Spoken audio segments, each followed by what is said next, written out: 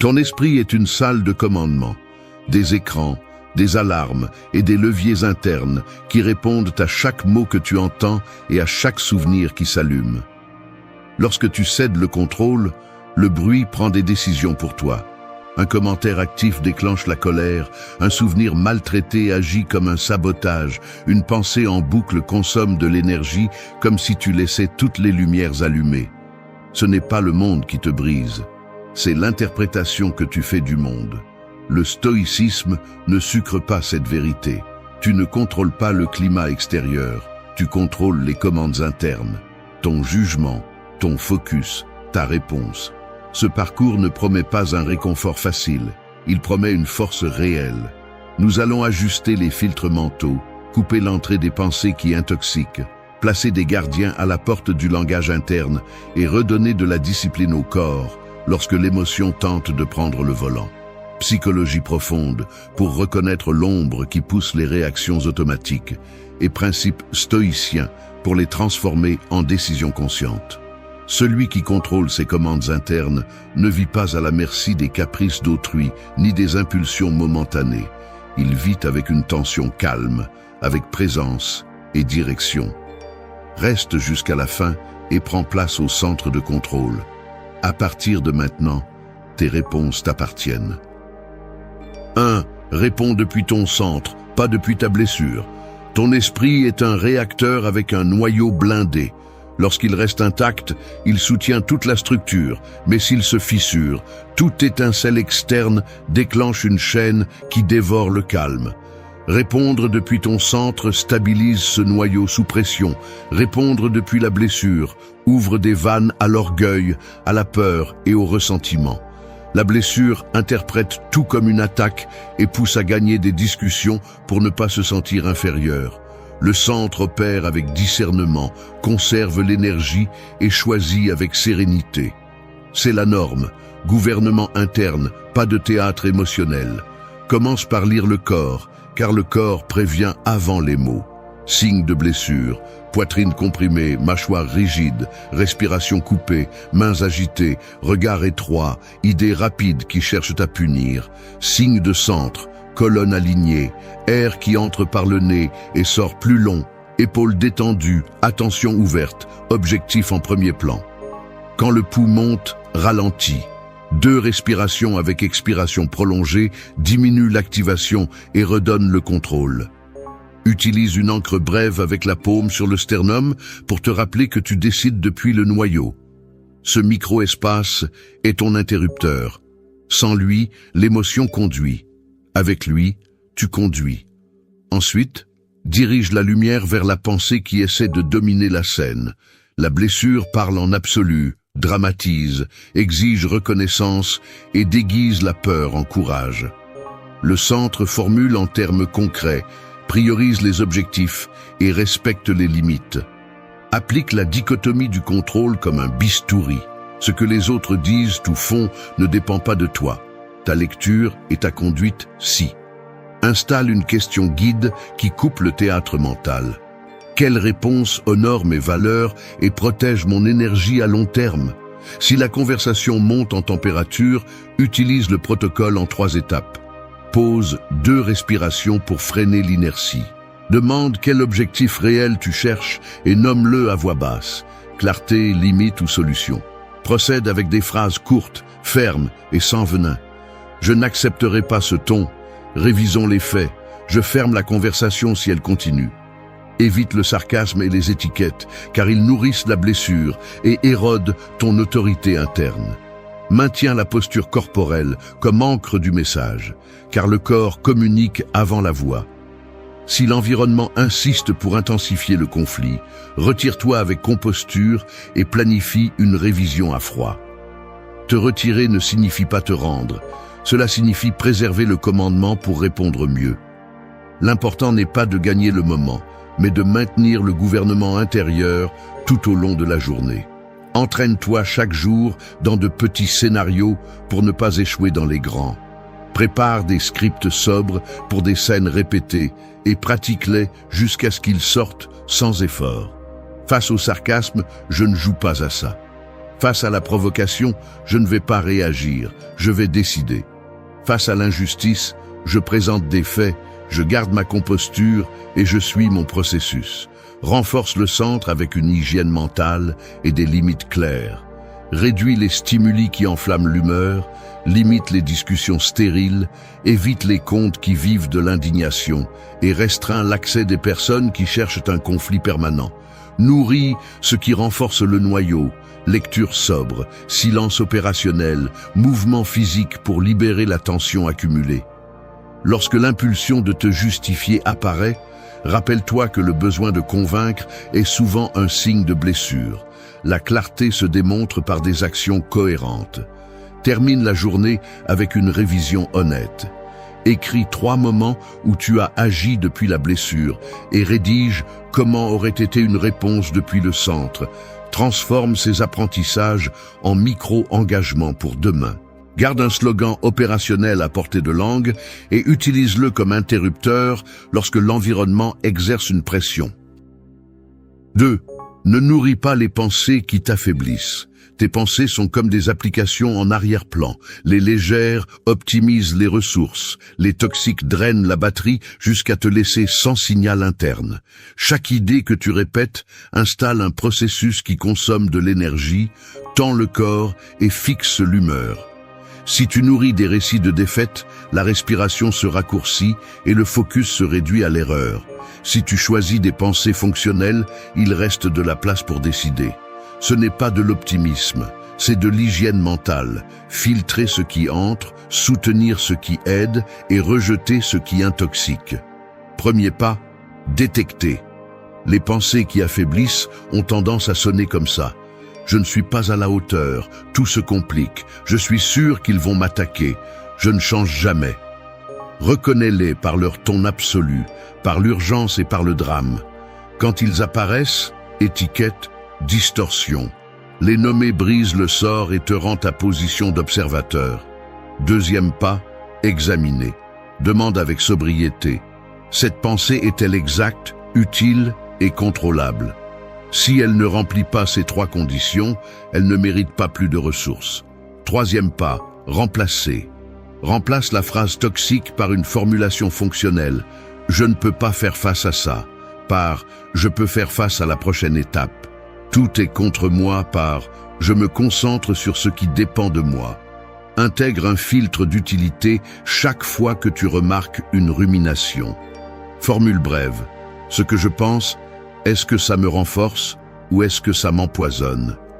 Si ça empoisonne, interromps le circuit avec une consigne physique et une autre verbale. Consigne physique, 2 respirations profondes avec une expiration plus longue pour réduire l'activation. Consigne verbale, une phrase déclencheur qui redirige l'attention par exemple aux faits ou seulement ce qui est contrôlable. Répète sans théâtralité. La répétition ne cherche pas la magie. Elle construit un nouveau câblage par exposition consciente et pratique délibérée. Pratique un audit quotidien des pensées. Le matin, définis 3 lignes directrices qui fonctionnent comme des rails mentaux. Je traite mes idées comme des hypothèses. Je vérifie les faits avant de juger. Mon énergie suit mon attention. Écris-les et lis-les à voix basse avant les conversations tendues. L'après-midi, lorsqu'une boucle de préoccupation surgit, ouvre une note et transforme-la en liste d'actions concrètes. Si quelque chose ne dépend pas de toi, déplace-le dans la colonne « Non contrôlable » et laisse-le partir avec une longue expiration. Ne nourris pas les pensées qui t'humilient sous le masque du réalisme. Le réalisme n'est pas du pessimisme maquillé. Le réalisme inclut les possibilités, le contexte et la marge d'influence. Ne confonds pas non plus la vigilance avec la paranoïa. La vigilance est une présence lucide et un regard sur les données. La paranoïa est une histoire gonflée qui cherche la permission de déborder. Chaque fois que le récit interne exagère les dangers, demande des preuves calmement. Quelle preuve ai-je? Quelle autre lecture est raisonnable? Quelle petite action puis-je faire maintenant? Ton dialogue interne se forme comme une langue, constamment, correction et utilisation sur le terrain. Évite les contenus qui ne font que provoquer, les comptes qui vivent de l'indignation et les conversations qui ne mènent à rien. Guérir le régime mental ne te rend pas naïf. Il te place en position de stratège. L'esprit n'est pas une poubelle publique, c'est un laboratoire. Protège l'entrée, mesure les résultats et améliore les processus. Si tu retombes dans la rumination, évite la punition. Corrige le cap sans drame. Chaque correction est un vote en faveur de ta force. Termine la journée avec un exercice bref. Écris 3 pensées qui ont drainé de l'énergie, 3 reformulations utiles et une petite action liée à chacune. Archive la liste et repose-toi avec la conscience que le système se calibre pendant que tu dors. Demain, tu continueras à affiner l'instrument avec le même critère. Ne nourris pas ce qui soustrait, nourris ce qui soutient. 3. Fais de la pause ton arme secrète. La pause est l'embrayage de l'esprit, le levier qui débraye l'impulsion du mouvement pour que le système ne se casse pas. Sans ce mécanisme, une émotion accélère jusqu'à la limite, une provocation devient un choc et une pensée insistante prend le volant. Avec la pause, tu récupères de la traction, redéfinis ta trajectoire et choisis ta vitesse. Ce n'est pas de la lenteur, c'est du contrôle. Cet intervalle est un laboratoire. Tu réduis le bruit, vérifies les données, alignes l'intention et alors seulement tu agis. Celui qui maîtrise la pause transforme les discussions en dialogue, les impulsions en décision et la tension en direction. Commence par le corps, car le corps marque le feu de signalisation interne. Lorsque tu ressens une pression dans la poitrine, une mâchoire rigide ou une respiration courte, active une ancre brève. Posture haute, épaules détendues, langue relâchée, 2 respirations avec une expiration plus longue. Cette micro-intervention réduit l'activation et ouvre un espace pour penser. Ensuite, concentre ton attention sur un point précis de l'environnement ou sur la sensation de l'air sortant par le nez. Nommer en silence ce qui se passe sans jugement, colère présente, ton élevé, urgence de répondre, te rend le rôle d'observateur. Avec un pouls plus bas, formule une question qui coupe le théâtre mental. Que veux-je accomplir ici? Clarté, limite ou solution? Si c'est la clarté, demande des faits spécifiques. Si c'est une limite, exprime-la avec fermeté et courtoisie. Si c'est une solution, propose la prochaine action vérifiable. Évite le sarcasme et les diagnostics de personnes, concentre-toi sur les comportements et les données. La pause ne réprime pas, elle encadre. Elle ne gèle pas non plus, elle dirige. Elle sert à rappeler la dichotomie du contrôle. Tu ne choisis pas les mots des autres, tu choisis ton prochain mouvement. Utilise des phrases déclencheuses qui ordonnent l'esprit, au fait, seulement ce qui est contrôlable. Je réponds quand c'est clair. Dans les conflits tendus, applique un protocole simple. Pause, question, procède. Pose 2 respirations pour briser l'inertie. Questionne l'objectif réel et nomme-le à voix basse. Procède avec une phrase brève, sans venin et avec une intention concrète. Évite les pièges fréquents. Faire une pause n'est pas punir par le silence, ni cacher l'évitement sous l'étiquette de la prudence. Si tu as besoin de temps, dis-le avec transparence et fixe un retour. Je répondrai dans l'après-midi avec l'information complète. Ne prolonge pas la pause au point de perdre une opportunité. Ne la réduis pas non plus à un geste théâtral. Entraîne-la quotidiennement dans des contextes petits pour ne pas échouer dans les grands. Pratique avec la boîte de réception. Avant de répondre à un message, 3 respirations et un but. Informer, demander, décider. Pratique sur la route, face à un coup de klaxon. Respire, vérifie les rétroviseurs, maintiens ta voix. Pratique en réunion. Lorsque tu ressens l'envie d'interrompre, compte jusqu'à 3 et demande des faits. Alimente le réflexe avec une routine brève au réveil, 3 respirations, une intention écrite, aujourd'hui je fais une pause avant de répondre, et une ligne directrice, moins de réaction, plus de direction. Prends soin de ton alimentation mentale, réduis les stimuli qui enflamment l'humeur et les conversations qui ne mènent à rien. Ajoute des espaces de silence opérationnel et de mouvement physique pour décharger l'excès d'activation. À la fin de la journée, note 2 scènes où tu as bien fait une pause et une où une pause a manqué. Décris ce que tu feras différemment demain. Cette comptabilité intime consolide l'habitude. Chaque pause est un vote en faveur de ton gouvernement intérieur. Chaque vote renforce ta confiance silencieuse. Et quand le coup émotionnel arrivera, tu ne chercheras pas de magie. Tu exécuteras une procédure sobre qui te maintient au centre. Pause, observe, encadre, décide. C'est ton arme secrète pour protéger la paix, soutenir la force et diriger l'émotion sans la nier. 4. Entraînez votre attention comme si c'était un muscle. L'attention fonctionne comme une fibre musculaire qui se renforce avec une tension bien gérée et s'atrophie avec des stimuli sans but.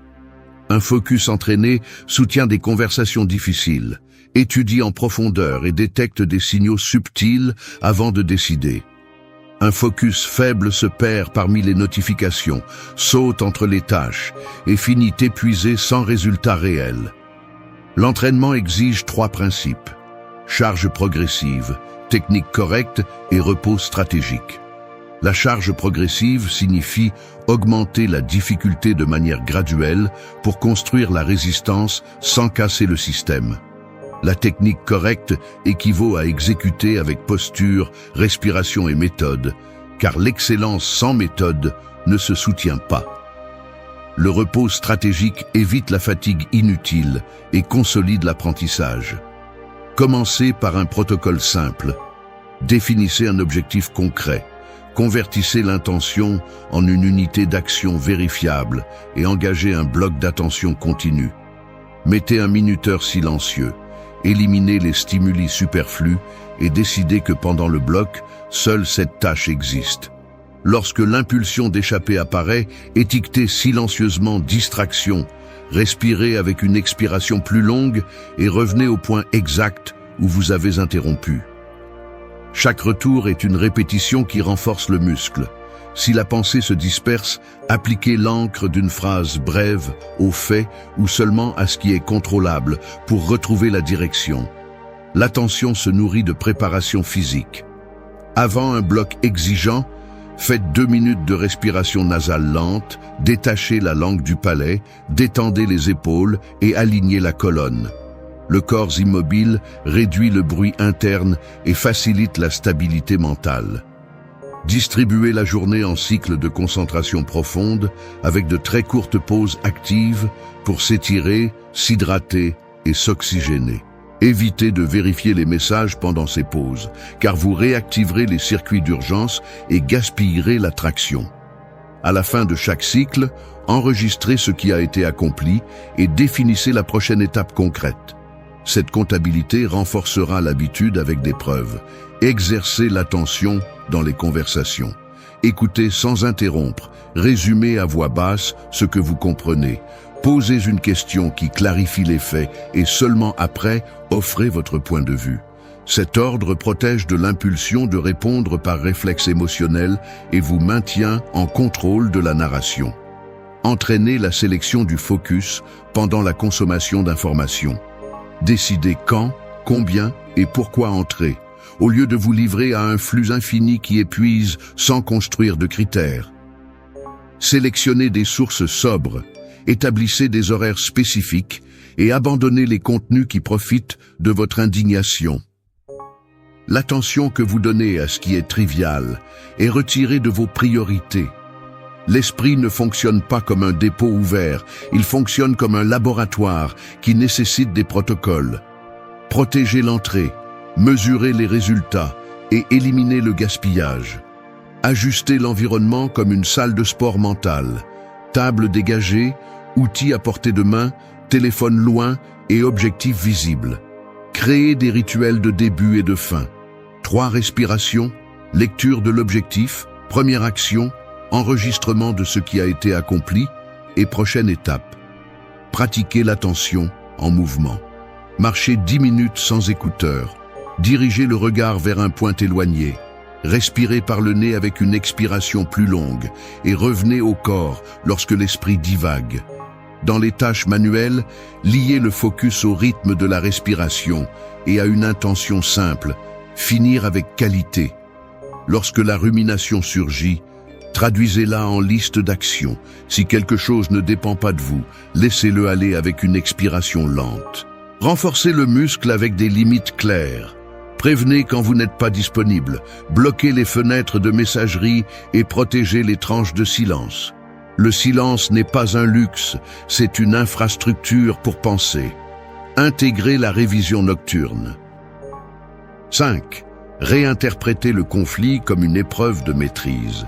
Le conflit fonctionne comme un simulateur de vol qui introduit des turbulences pour vérifier si vous tenez les commandes ou si le pilote automatique de l'ego domine le cockpit. Il n'apparaît pas pour vous détruire, il apparaît pour mesurer votre discipline. Lorsque vous le cadrez comme un test de stress, vous arrêtez de vous battre pour le prestige et commencez à démontrer un contrôle intérieur sous pression. Le premier instrument est le corps, car il avertit avant la voix. Respiration courte, mâchoire serrée, épaules levées et regard étroit indiquent que l'émotion essaie de prendre le volant. Découplez avec des expirations plus longues que les inspirations. Détendez la langue du palais, abaissez les épaules et alignez la colonne. Cet ajustement réduit l'activation et rend la perception plus fine. Ensuite, posez une question qui ouvre l'espace mental. Que veux-je accomplir ici? La clarté, la limite ou la solution? Nommer l'objectif transforme le choc en tâche concrète et marque la direction. Si vous cherchez la clarté, demandez des faits spécifiques. Si vous cherchez une limite, exprimez-la avec fermeté et courtoisie. Si vous cherchez une solution, définissez la prochaine action vérifiable. Évitez les attaques personnelles, le sarcasme et les diagnostics de caractère. Gardez le focus sur les comportements, les données et les accords. Appliquez la dichotomie du contrôle comme un scalpel. Vous ne choisissez pas ce que l'autre dit ou fait. Vous choisissez l'interprétation, le ton et le prochain mouvement. Séparez la personne du comportement avec une règle sobre. Je reçois le point, pas le ton. Si nous changeons la forme, nous continuons. Recadrez avec précision. Discutons des données, des critères et des étapes mesurables. Avant de répondre, exécutez le protocole en 3 phases. Pause, question, procédure. Faites une pause de 2 respirations pour briser l'inertie. Posez votre véritable objectif et nommez-le à voix basse. Procédez avec une phrase courte qui oriente la conversation vers le concret. Revoyons le début. Définissons les responsabilités et les délais. Modulez la voix. Ralentissez et maintenez une posture haute.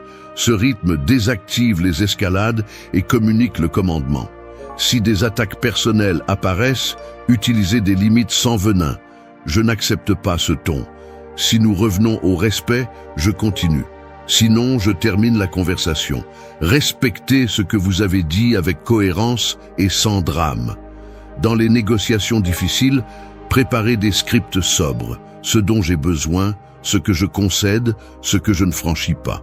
Entrez avec cette boussole visible et souvenez-vous qu'une concession tactique n'équivaut pas à une reddition, elle équivaut à une direction.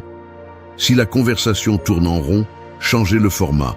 Résumé écrit, liste de désaccords, critères de décision et date pour résoudre.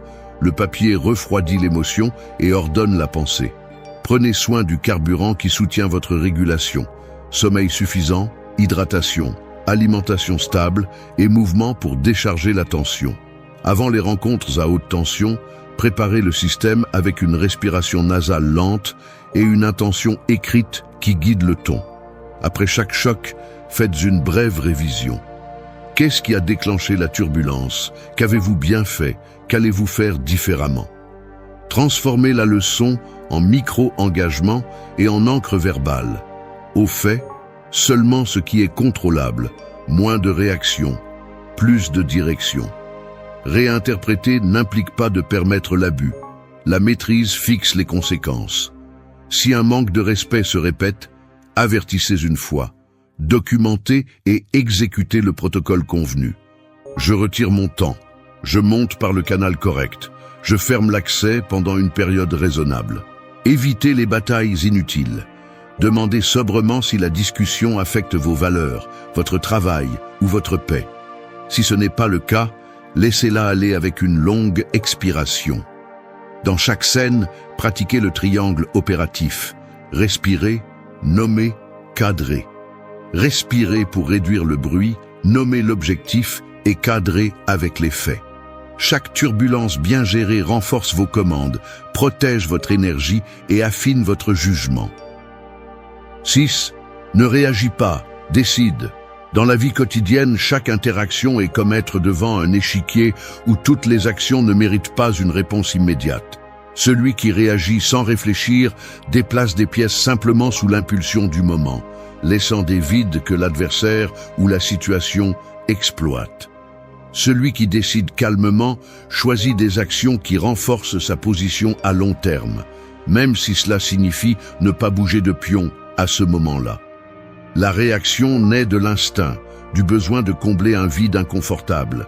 La décision découle de la stratégie, de la clarté pour évaluer l'ensemble du terrain avant d'agir. La différence entre les deux détermine si votre journée se termine en victoire ou en épuisement.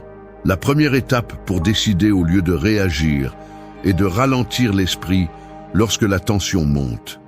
Un message offensant, un regard chargé ou une nouvelle inattendue déclenche l'impulsion de répondre immédiatement, mais à ce moment-là, votre jugement est contaminé par l'adrénaline. C'est là qu'intervient la pause tactique. 3 respirations profondes, épaules vers le bas, mâchoire détendue, attention sur la plante des pieds. Cette ancre physique coupe le circuit automatique et vous redonne le contrôle. Ensuite, analysez la scène comme un observateur externe. Demandez-vous ce qui se passe réellement. Quelle est l'intention derrière ce que vous avez entendu ou vu et si la situation nécessite une action ou simplement de la distance. Souvent, réagir, c'est donner à l'autre le contrôle du scénario, tandis que décider, c'est le réécrire selon vos propres termes. Si une réponse est nécessaire, définissez l'objectif avant d'ouvrir la bouche ou d'appuyer sur une touche. Voulez-vous résoudre, fixer une limite, clarifier ou simplement marquer votre position? La clarté de l'objectif est votre bouclier contre les réponses impulsives. Pour affiner cette habitude, entraînez-vous avec le protocole des 3 filtres. D'abord, filtrez par pertinence en vous demandant si cela importe vraiment dans une semaine ou un mois. Ensuite, filtrez par contrôle en vérifiant si vous avez réellement le pouvoir de changer le résultat. Enfin, filtrez par impact en évaluant si votre intervention améliorera la situation ou ne fera qu'alimenter le conflit. Si cela échoue à l'un de ces filtres, le meilleur coup est le silence ou le retrait. Dans les conversations tendues, utilisez un langage qui indique un choix, pas une réaction. Au lieu de « je n'aime pas ce que tu as dit », optez pour « je préfère que nous parlions de faits ».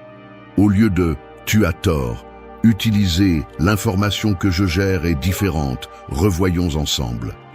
Cette subtilité n'est pas une douceur inutile, c'est une précision stratégique pour rester en contrôle et éviter que l'émotion de l'autre ne vous emporte. La discipline de décider nécessite un entraînement constant. Commencez par des terrains plus petits, répondez aux messages de travail par bloc de temps et non dès leur arrivée. Attendez quelques minutes avant de répondre à des critiques sur les réseaux sociaux. Prenez une pause avant de corriger quelqu'un lors d'une réunion. Ces micro-décisions renforcent la résistance à l'urgence et vous préparent pour des moments critiques. Vous devez également prendre soin du terrain où vos décisions sont prises. Le repos, l'alimentation et la gestion du stress font partie de l'équation, car un esprit épuisé réagit. Un esprit en équilibre évalue et choisit.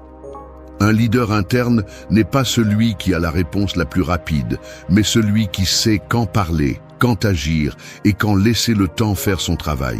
Chaque jour, revoyez 3 moments où vous avez choisi de réagir et comment le résultat aurait changé si vous aviez décidé.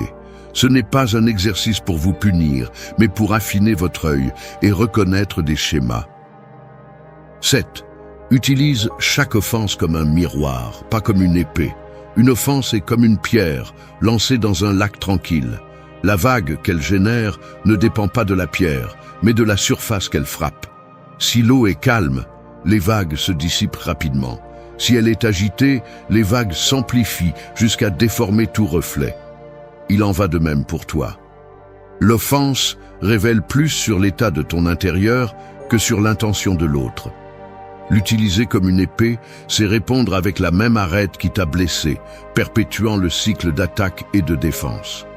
L'utiliser comme un miroir, c'est observer quelle partie de toi a réagi, quelle insécurité a été touchée et quelles leçons tu peux en tirer pour renforcer ton centre. La première étape pour appliquer ce principe est d'interrompre l'impulsion de contre-attaquer. L'esprit entraîné ne se demande pas immédiatement « comment puis-je riposter ?», mais « pourquoi cela m'a-t-il fait mal ?» Cette première question est inconfortable, car elle oblige à regarder à l'intérieur plutôt qu'à fixer son regard sur l'agresseur. Cependant, c'est là que se trouve le gain. Tu découvres des zones non travaillées, des croyances rigides ou des attentes qui te rendent vulnérable. Le stoïcisme enseigne que tu ne contrôles pas les paroles des autres, mais bien l'interprétation que tu en fais. L'offense devient alors un outil de diagnostic personnel. Lorsque tu reçois un commentaire blessant, identifie sa nature. Est-ce une critique déguisée, une attaque directe, une moquerie ? Ensuite, évalue son contenu avec 3 filtres. Est-ce vrai?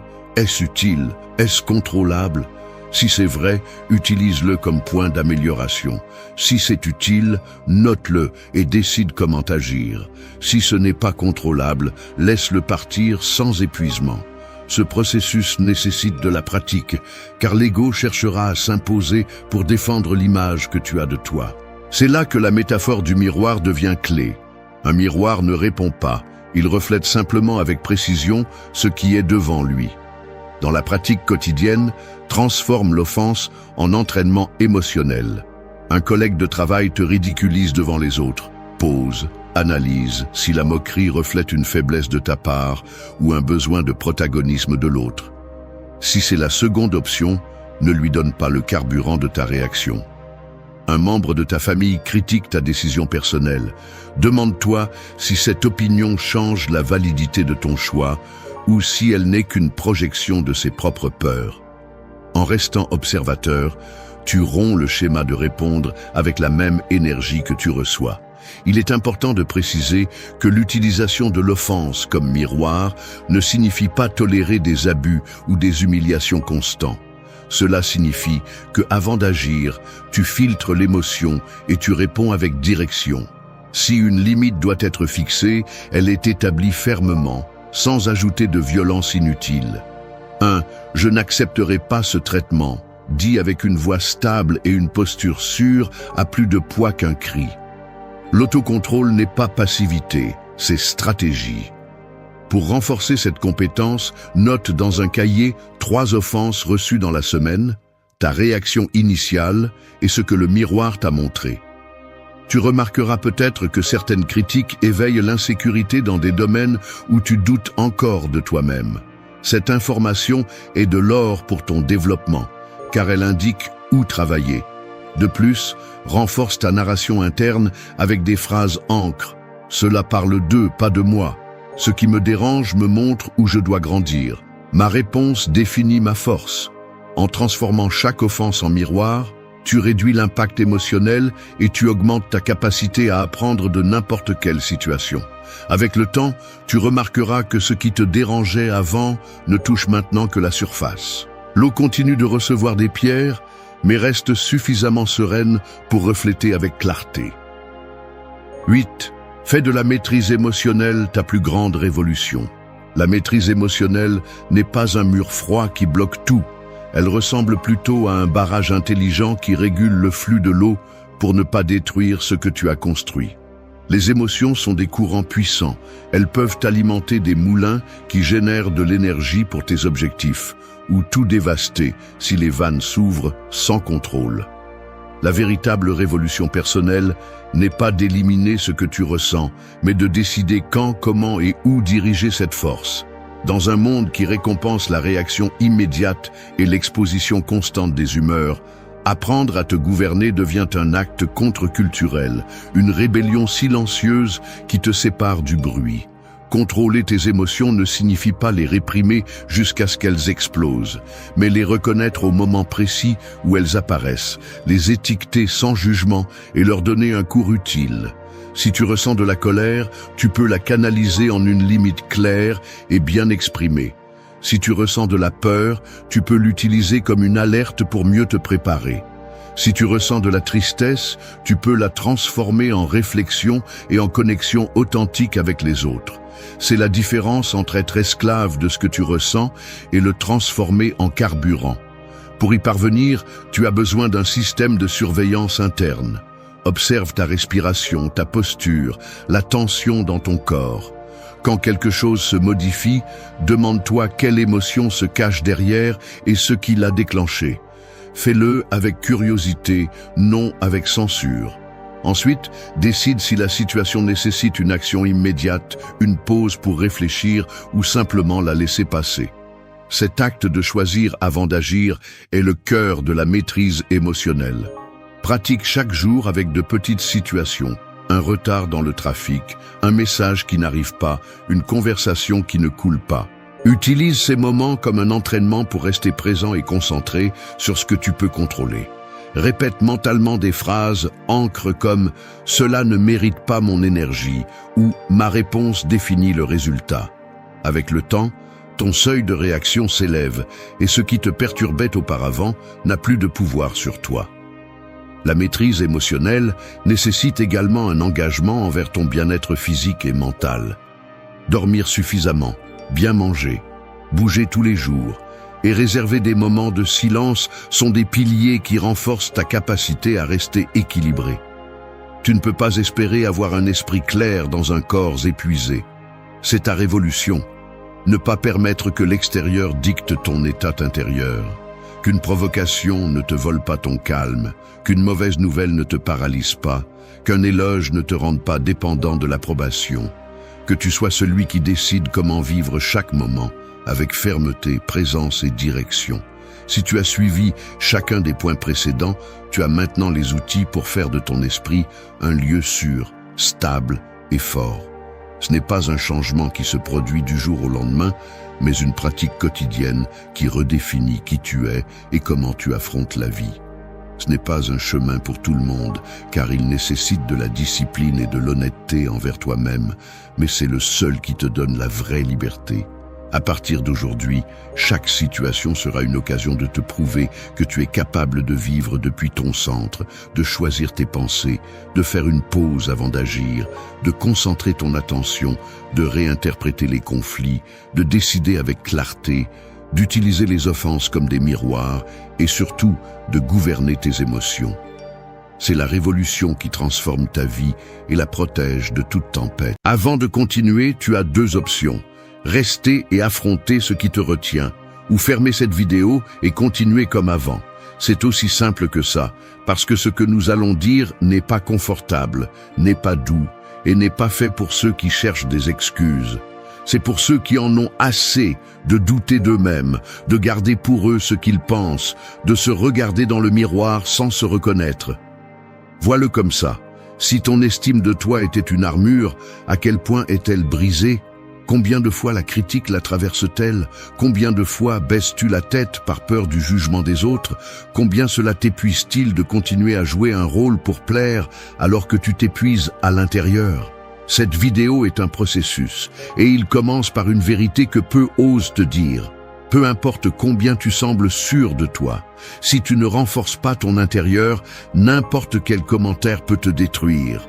Le stoïcisme n'est pas là pour te parer de phrases vides, il est là pour que tu te relèves, pour que tu prennes le contrôle de ta voix intérieure, que tu arrêtes de te raconter des histoires et que tu commences à construire une identité qui ne s'effondre pas. Ici, nous ne gonflerons pas ton ego, nous te reconstruirons à partir des ruines. Alors décide, si tu es prêt à arrêter de justifier ta valeur et à commencer à l'incarner. Si tu es prêt à maîtriser tes pensées avant qu'elles ne te maîtrisent, alors reste, parce que c'est le moment exact où tu deviens plus fort, où tu continues d'être l'otage de ton dialogue interne. Et il est temps de changer cela. 1. Maîtrise ton dialogue intérieur avant qu'il ne te détruise. Il y a une voix dans ta tête qui ne se repose jamais. C'est comme un narrateur que tu n'as pas demandé, mais qui ne cesse de parler. Certains jours, elle t'encourage, mais la plupart du temps, elle te sabote. Et le pire, c'est qu'elle le fait avec ton propre ton de voix, comme si tu étais ton propre ennemi. Cette voix peut être comme un couteau caché dans un tiroir. Elle semble inoffensive, mais chaque fois que tu l'écoutes sans la remettre en question, elle s'enfonce un peu plus. Ce n'est pas la critique externe qui fait le plus de mal. C'est ce que tu te dis juste après l'avoir reçu. Bien sûr, je savais que j'allais échouer. Je ne suis pas fait pour ça. Je gâche toujours tout. Ce n'est pas de la pensée, c'est du poison. Et si tu n'apprends pas à contrôler ce poison, il finit par pourrir ton estime de toi de l'intérieur. Épictète disait que ce ne sont pas les événements qui nous affectent, mais l'interprétation que nous en faisons. Et qui fait cette interprétation? Ton dialogue intérieur. Si cette voix est programmée pour t'attaquer, peu importe ce que tu accomplis à l'extérieur, tu te sentiras toujours insuffisant à l'intérieur. Tu sais ce qui est le plus triste? Beaucoup s'habituent à vivre avec cette voix destructrice. Ils l'acceptent comme faisant partie d'eux-mêmes. Mais ce n'est pas le cas. Cette voix a été formée par des années de répétition de ce que d'autres ont dit, de ce que tu as échoué et que tu ne t'es jamais pardonné, de ce que tu crains d'affronter. La maîtriser, ce n'est pas la faire taire, c'est l'éduquer, c'est lui fixer des limites, c'est l'arrêter quand elle commence son discours défaitiste et la remplacer par des affirmations qui te soutiennent. Parce que si tu ne décides pas de ce qui se dit dans ta tête, quelqu'un d'autre le fera, et ce quelqu'un n'est pas toujours de ton côté. Un outil stoïcien est la surveillance constante des pensées. Ce n'est pas une philosophie décorative, c'est une stratégie de survie. Tout comme tu entraînes ton corps, tu dois entraîner ton esprit. Tu veux un exercice? Chaque fois que tu remarques que ton esprit commence par des phrases comme « je ne peux pas », c'est toujours la même chose. Je ne vais jamais changer. Arrête-toi. Respire. Et remplace par « j'apprends ». Je progresse même si je ne le vois pas encore. Cela ne me définit pas. Il ne s'agit pas de phrases magiques. Il s'agit de ne pas permettre que le discours intérieur soit l'ennemi. Parce que si tu perds cette bataille, peu importe combien de livres tu lis, combien de cours tu prends ou combien tu sembles sûr de toi, tu te saboteras de l'intérieur. Et je te le dis clairement, si tu ne corriges pas cette voie, tu ne te sentiras jamais libre, parce que chaque pas que tu fais sera jugé par toi-même. Alors, à quoi bon avancer si tu te punis toi-même pour chaque erreur? À quoi bon vouloir de l'amour si tu te méprises en silence? Il est temps de prendre le contrôle. Parle-toi avec le respect que tu donnes à ceux que tu aimes, avec la fermeté que tu as quand tu défends quelqu'un d'autre. Parce que si tu ne te défends pas de ta propre attaque mentale, personne ne le fera. Ton dialogue intérieur peut être ta ruine, ou ton entraînement quotidien vers une estime de soi inébranlable. Tu décides quelle voie gagne. Commence aujourd'hui, pas demain, aujourd'hui. 2. Arrête de justifier ta valeur, commence à l'incarner. Une bougie n'explique pas pourquoi elle brille, elle le fait simplement. Pourtant, il y a des gens qui traversent la vie en essayant de convaincre tout le monde qu'ils méritent du respect, qu'ils ont de la valeur, qu'ils sont suffisants. Ils s'efforcent tellement d'être compris qu'ils oublient d'être vrais. Ils se fatiguent plus à expliquer leur existence qu'à l'habiter avec conviction. Et cette fatigue est silencieuse, mais réelle. Parce que celui qui vit en justifiant constamment sa valeur finit par céder son essence petit à petit, jusqu'à ne plus savoir qui il est lorsque le bruit s'éteint. Le besoin de validation externe est une des chaînes les plus lourdes que l'on peut traîner. Il commence comme un désir légitime d'être accepté, mais se transforme rapidement en une prison invisible. Tu commences à ajuster ton ton, tes décisions, tes opinions. Tu te formes aux attentes des autres, pensant que c'est la seule façon de t'intégrer. Mais s'intégrer n'est pas la même chose qu'appartenir. S'intégrer, c'est te réduire. Appartenir, c'est t'agrandir. Chaque fois que tu justifies tes limites, tes émotions, tes décisions ou tes réussites pour que l'autre ne se sente pas mal à l'aise, tu affaiblis ton estime de toi. Parce que sans t'en rendre compte, tu envoies un message constant à ton inconscient. Je ne suis pas suffisant tel que je suis. Je dois expliquer pourquoi j'existe ainsi. Et cela mine ton identité à la racine. On ne le remarque pas en un jour, mais ça s'accumule. Tu finis par vivre pour adoucir tes bords, pour ne pas paraître trop, pour ne pas déranger. Tu te fais petit pour tenir dans des endroits qui n'ont pas été faits pour toi. Sénèque l'a dit clairement. Celui qui dépend des applaudissements vit esclave du bruit. Et ce bruit, aujourd'hui, vient de partout. Opinions, réseaux, comparaisons constantes. Si tu n'es pas fermement ancré dans qui tu es, tu deviens ce que les autres projettent sur toi. Tu perds ton centre et avec lui, ton pouvoir personnel. Mais il y a quelque chose que tu peux faire. Arrêter de t'expliquer. Arrêter de justifier tes décisions, tes valeurs, tes changements. Commencer à vivre de manière si claire que tu n'as pas besoin de faire des discours. Que ta seule façon d'être dise tout. Incarner ta valeur n'est pas la crier, c'est la soutenir. C'est marcher fermement même si personne n'applaudit. C'est regarder en face quand ils essaient de te faire douter. C'est choisir le silence quand tu sais que tu n'as rien à prouver. Épictète enseignait que le sage agit avec conscience, non avec besoin de reconnaissance. Parce qu'il sait que sa valeur ne dépend pas de l'écho externe, mais de l'harmonie avec ses propres principes. Quand tu sais qui tu es, tu n'as plus besoin de témoins. Une pratique stoïcienne pour commencer est simple. Arrête d'expliquer tes limites. Arrête de donner tant de raisons pour les décisions que tu prends pour ton bien-être. Si quelqu'un ne comprend pas, ce n'est pas ton problème. Ta tâche est de vivre en alignement avec toi-même, pas d'être compris par tout le monde. Ton énergie doit aller à te soutenir, pas à convaincre. Quand tu te concentres sur l'incarnation de ta valeur, tu n'as pas besoin de te parer. Ta présence, ta cohérence, ta clarté communiquent tout. Et rappelle-toi ceci, le respect le plus solide est celui qui ne se négocie pas. Il ne se supplie pas, il ne se pare pas, il ne se discute pas. Il se démontre par des actions, avec fermeté, avec direction. Il est temps d'arrêter de demander la permission d'être toi. Il est temps d'entrer n'importe où sans avoir besoin de longues présentations. Arrête de chercher l'acceptation externe. Commence à te donner ce que tu as attendu des autres. Ta valeur ne se justifie pas, elle se vit. 3. Utilise la critique comme une impulsion, pas comme une sentence. La critique est comme une pierre. Tu peux laisser quelqu'un te la lancer et te frapper. Tu peux la porter sur ton dos jusqu'à ce qu'elle te plie. Ou tu peux l'utiliser pour construire quelque chose de plus solide. Tout dépend de ce que tu fais avec. Mais ce que tu ne peux pas permettre, c'est qu'une opinion extérieure devienne une sentence qui te condamne. Parce que lorsque la critique entre sans filtre, elle devient un juge interne qui n'a plus besoin de personne pour l'alimenter. Tu commences à te la répéter toi-même. Le problème n'est pas qu'on te critique, c'est que tu crois tout ce qu'on dit. C'est que tu n'as pas une structure mentale solide pour évaluer si ce qu'on t'a dit mérite d'entrer ou non. Beaucoup finissent par détester la critique parce qu'ils n'ont pas appris à y répondre, seulement à la recevoir. Et recevoir sans filtrer, sans critères, c'est accepter n'importe quoi comme vérité. Toute critique n'est pas valable. Toute critique ne vient pas de quelqu'un qui te connaît. Toute critique ne cherche pas à t'aider.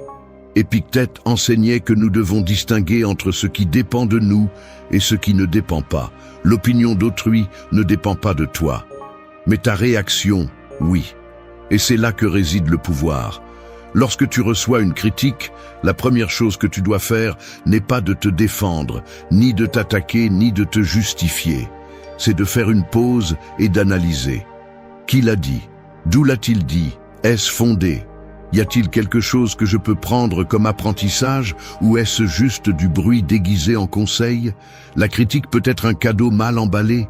Parfois, elle te confronte à quelque chose que tu n'avais pas vu. D'autres fois, elle en dit plus sur l'autre que sur toi. Mais dans tous les cas, elle ne doit pas te paralyser. Elle doit te servir. Et si elle ne sert pas, elle est jetée. Aussi simple que ça. Si tu ne sais pas faire la différence entre une critique constructive et une attaque déguisée, tu finiras par vivre pour plaire et éviteras de progresser par peur du jugement.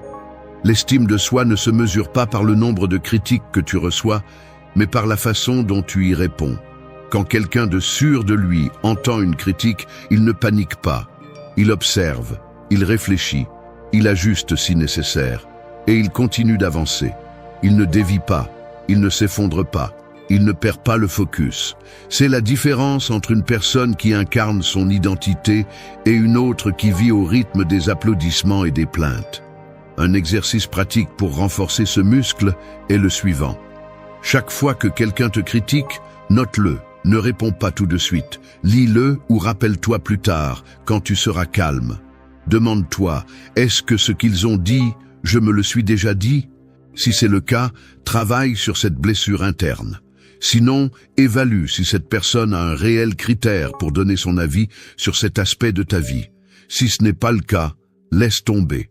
Si c'est le cas, remercie pour la clarté et agis si nécessaire. Ne laisse pas la critique être un miroir brisé qui déforme ton image. Utilise-la comme une lampe de poche qui éclaire parfois des coins que tu as toi-même évités. Mais c'est toi qui décides quoi faire avec cette lumière, personne d'autre. La critique n'a de pouvoir que si tu lui en donnes. N'oublie pas, ce n'est pas ce qu'on te dit, c'est comment tu le prends. Ce n'est pas le bruit extérieur, c'est ton interprétation interne. Et si tu renforces cette interprétation avec du discernement, de la conscience et de la tempérance, alors aucune critique ne pourra détruire ce que tu as construit de l'intérieur.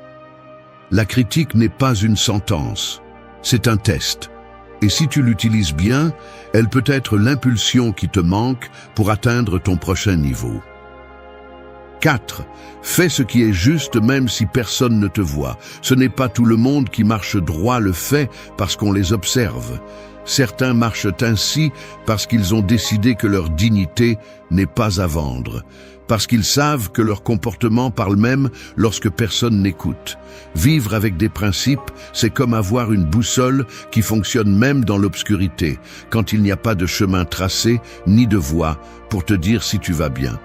Il n'est pas nécessaire d'avoir un public pour agir avec intégrité. Ce qui est nécessaire, c'est d'avoir une direction interne.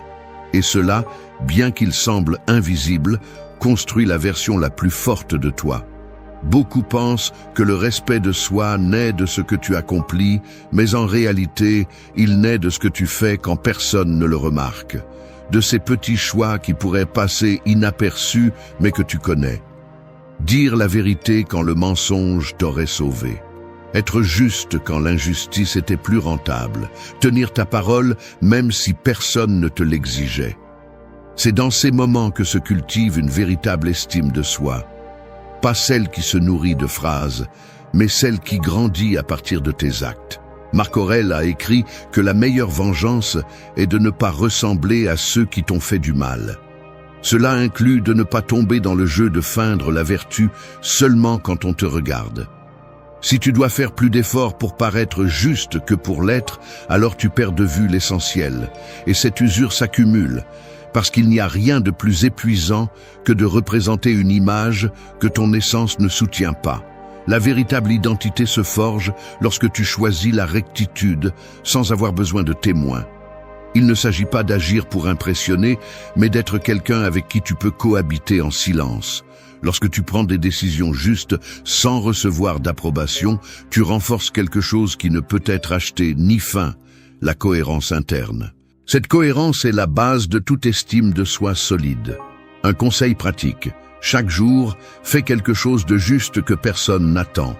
Ne le partage pas. Ne l'explique pas. Ne cherche pas la reconnaissance. Observe simplement comment tu te sens après. Si ta réponse émotionnelle est le calme, la fermeté ou la clarté, alors tu es sur la bonne voie. Cette sensation ne ment pas. Ton esprit sait quand tu es fidèle à toi-même. Et plus tu répètes ce comportement, plus tu développes de fermeté émotionnelle. Beaucoup de gens ne parviennent pas à se respecter parce que dans les petits moments où personne ne les voit, ils se trahissent. Ils se justifient par des excuses. Ça ne fait rien, personne ne le saura. Juste cette fois, ça n'affecte personne. Mais ça affecte toi. Parce que chaque fois que tu choisis de ne pas agir avec rectitude, tu affaiblis ta confiance interne. Et c'est cette confiance dont tu as besoin lorsque le monde te met à l'épreuve. Faire ce qui est juste, même si personne ne le voit, n'est pas un acte mineur. C'est une déclaration de pouvoir personnel. Parce que tu te dis, ma valeur ne dépend pas du regard des autres. Elle dépend de mon intégrité. Cela crée un sentiment de respect de soi si fort qu'il n'a pas besoin de défense. Quand tu sais qui tu es, tu n'as pas besoin de l'expliquer. La véritable croissance n'est pas dans ce que tu montres. Elle est dans ce que tu choisis quand tu es seul. Et si tu peux être courageux, honnête, juste et ferme sans public, alors tu as quelque chose que très peu de gens ont, un contrôle absolu de toi. Fais-le encore et encore, jusqu'à ce que cela devienne une partie de ta structure, parce que c'est là que commence la véritable estime de soi. Pas dans ce que tu dis, dans ce que tu fais, sans témoin. 5. Protège-toi du poison de prendre tout personnellement. Toutes les flèches qui volent dans ta direction ne sont pas faites pour te blesser. Certaines n'ont même pas été tirées intentionnellement. Mais si tu décides de ramasser chacune d'elles, de la tenir contre ta poitrine et de la transformer en preuve que tu vaux moins, alors ce n'est pas le monde qui te blesse, c'est toi-même qui aiguise ses pointes. Prendre tout personnellement, c'est comme boire du poison pour prouver que l'autre avait tort. Le seul qui souffre, c'est toi.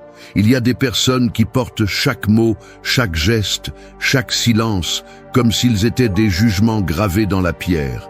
Ils interprètent un regard comme un rejet, une critique comme du mépris, une opinion étrangère comme une attaque directe à leur identité.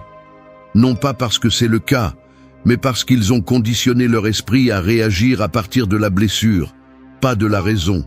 Et quand tu vis à partir de la blessure, tout te touche, tout te secoue, tout te fait mal. La philosophie stoïcienne enseigne que tu ne contrôles pas les paroles des autres, mais bien l'interprétation que tu en fais. Épictète disait que ce qui nous affecte n'est pas ce qui se passe, mais ce que nous croyons que cela signifie. Si tu supposes que tout ce qui se passe est contre toi, alors le monde devient une menace constante. Mais si tu apprends à observer, à filtrer, à ne pas réagir automatiquement, tu découvres une vérité libératrice. La plupart du temps, ce n'est pas à propos de toi. Celui qui critique parle à partir de sa propre vision du monde, de son histoire, de ses préjugés, de ses vides. Le prendre comme une vérité absolue, c'est comme utiliser les lunettes de quelqu'un d'autre pour définir ton visage. Cela n'a pas de sens. Parfois, l'autre projette sa frustration, son envie ou simplement sa mauvaise journée. Et toi, si tu n'es pas centré, tu l'absorbes comme si c'était une confirmation de tes doutes internes. C'est là que tu perds du pouvoir. Non pas parce que l'autre te l'a enlevé, mais parce que tu le lui as donné. La clé est de créer un espace entre ce qui se passe et ce que tu décides de penser à ce sujet. Cet espace est où s'exerce le contrôle de soi. Tu peux t'entraîner à ne pas réagir immédiatement, à observer sans supposer, à te demander « est-ce que c'est à moi ou est-ce à l'autre ?» Cette émotion m'appartient-elle ou est-ce juste une réaction automatique? Est-ce que je réponds à partir de ma blessure ou de ma conscience? Un exercice stoïcien utile est le suivant. Face à toute situation inconfortable, avant de parler ou de réagir, respire. Pose-toi 3 questions. Est-ce que cela me définit? Est-ce que cela mérite mon énergie? Est-ce vraiment personnel ou est-ce que je le prends personnellement? Répète cela chaque jour avec constance. Tu n'as pas besoin que le monde change. Tu as besoin de changer la façon dont tu y fais face. Parce que lorsque tu arrêtes de prendre tout comme une offense, tu libères de l'espace mental et émotionnel. Tu commences à écouter sans le filtre de la défense, à communiquer sans le poids du ressentiment, à vivre sans la nécessité d'être toujours sur tes gardes. Et cette paix n'a pas de prix. Tout commentaire n'est pas une attaque, toute critique n'est pas un jugement, tout silence n'est pas du mépris. Parfois, ce n'est tout simplement pas à propos de toi. Et cela, au lieu de te faire mal, devrait te donner de la liberté. Tout ne tourne pas autour de toi. Et il y a une force énorme dans cela. Parce que celui qui ne prend pas tout personnellement vit plus léger, plus clair et avec beaucoup plus de contrôle. Le monde ne cesse de parler. Mais tu décides ce que tu veux écouter. Et plus important encore, Tu décides ce que tu veux croire. 6. Traite-toi avec le même respect que tu traites celui que tu aimes. Si tu te parlais de la même manière que tu parles à quelqu'un que tu aimes, ta vie aurait une autre qualité.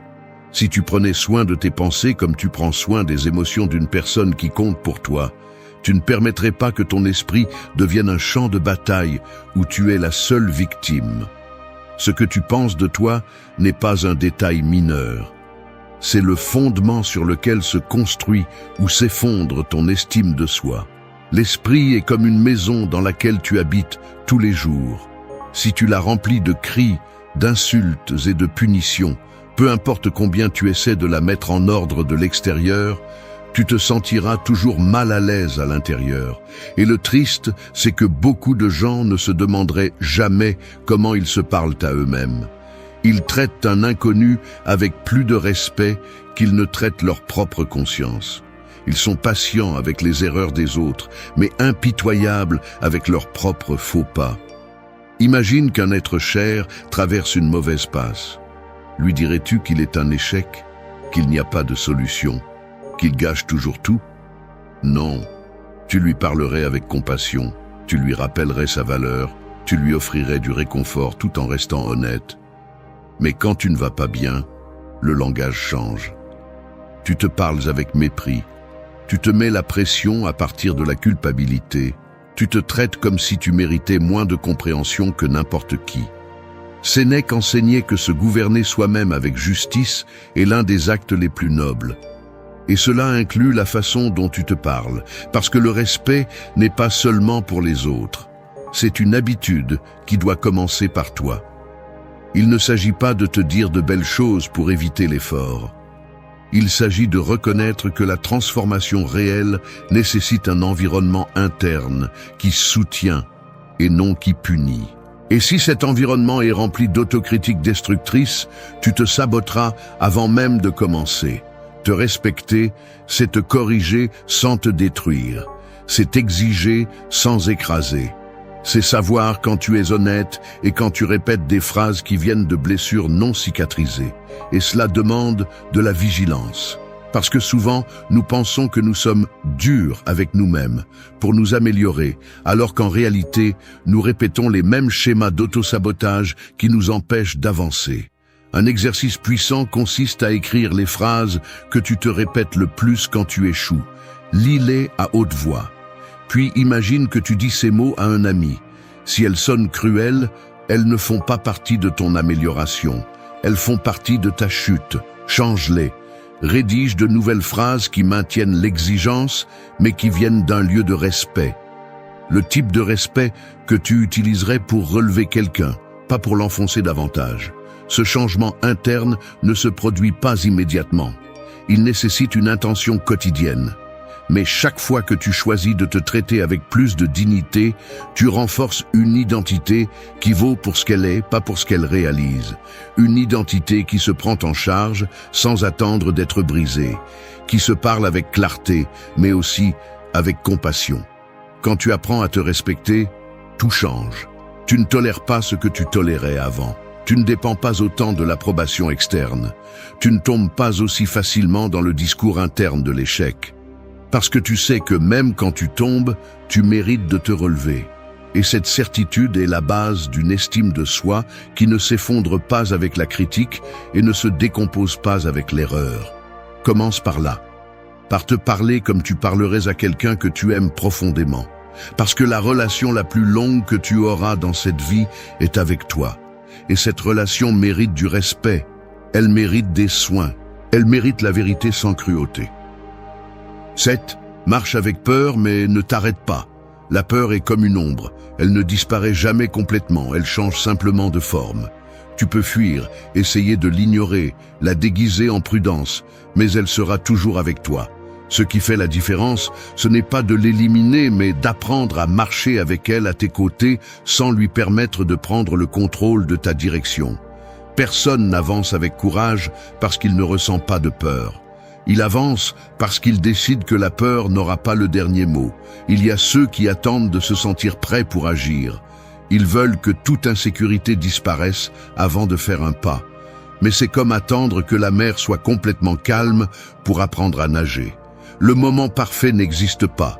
Tout ce qui existe, c'est la décision de bouger, même si ta voix tremble, même si ton cœur bat fort, même si ton esprit murmure qu'il est plus sûr de rester immobile. Le stoïcisme n'a jamais parlé d'éliminer la peur. Il a parlé de maîtriser la réponse.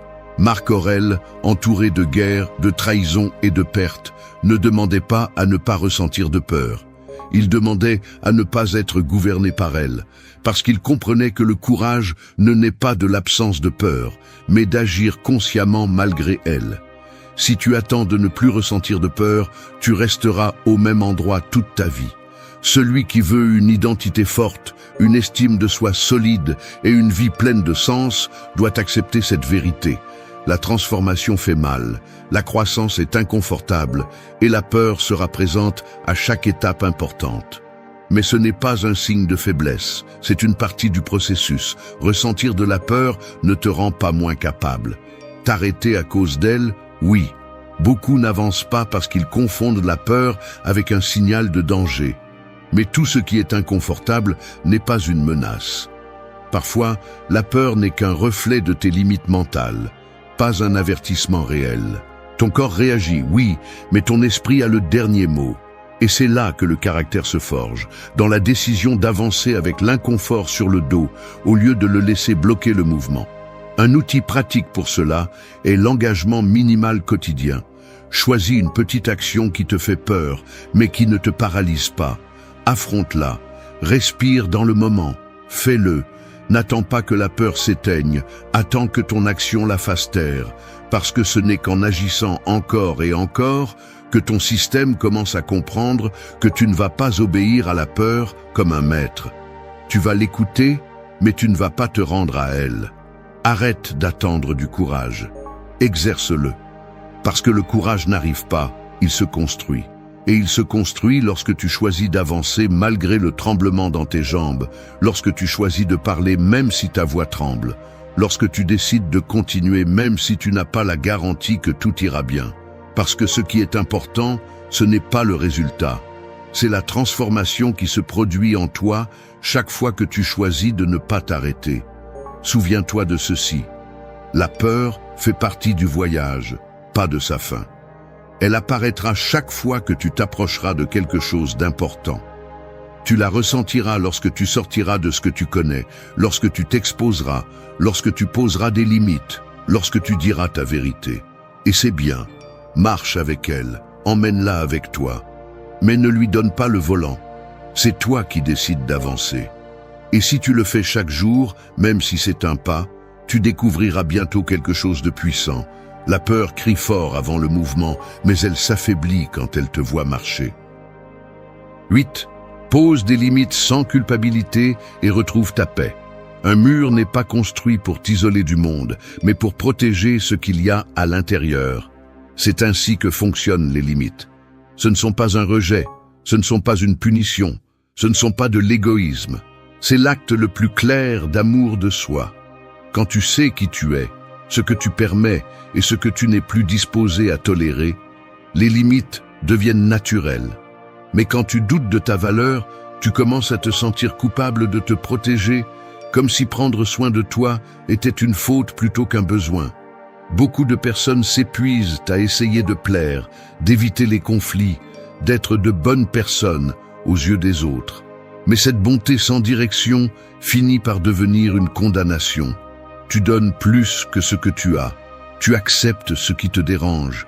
Tu repousses ton bien-être pour maintenir la paix des autres. Et peu à peu, tu perds la connexion avec toi-même. Parce que quand tout ce que tu fais tourne autour de ne pas déranger, tu finis par vivre en guerre interne juste pour que l'extérieur semble harmonieux. Poser des limites ne te rend pas cruel. Ça te rend honnête. Épictète enseignait que seul le sage sait dire non avec sérénité. Parce qu'il comprend qu'il ne peut être utile à personne s'il n'est pas d'abord en ordre avec lui-même. Et toi, si tu continues à céder chaque fois que tu te sens coupable, tu n'es pas généreux. Tu permets ton propre épuisement. Les limites n'ont pas besoin d'être criées, ni imposées avec colère. Elles se communiquent avec clarté, se maintiennent avec cohérence et se répètent si nécessaire. Mais elles ne s'excusent jamais, parce que ce que tu protèges n'est pas seulement ton temps ou ton énergie. Tu protèges ta paix mentale, ta santé émotionnelle et ton chemin de croissance. Et cela n'a pas besoin d'être justifié.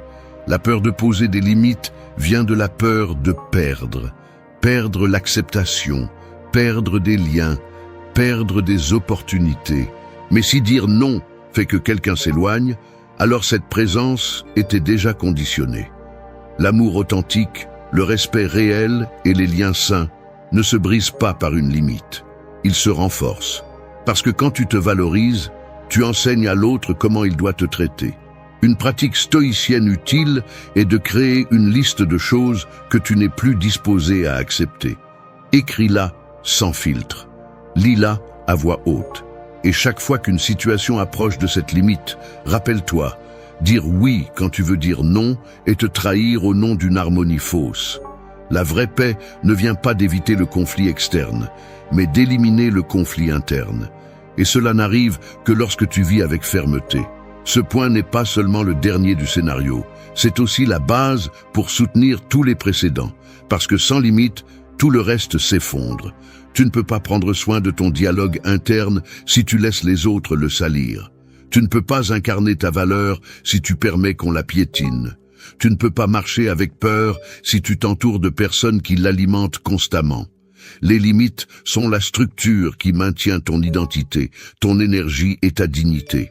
Celui qui ne sait pas poser de limites vit fatigué, confus et ressentiment. Mais celui qui les établit et les respecte vit léger, clair et en paix. Pas avec tout le monde, mais avec lui-même. Et cela vaut plus que n'importe quelle approbation externe. Tu ne dois à personne une version brisée de toi. Tu n'es pas né pour être un sacrifice, mais pour être une présence. Pose des limites sans culpabilité. Pas par colère, par amour, pour toi, pour ce que tu construis, pour ce que tu ne comptes plus jamais permettre.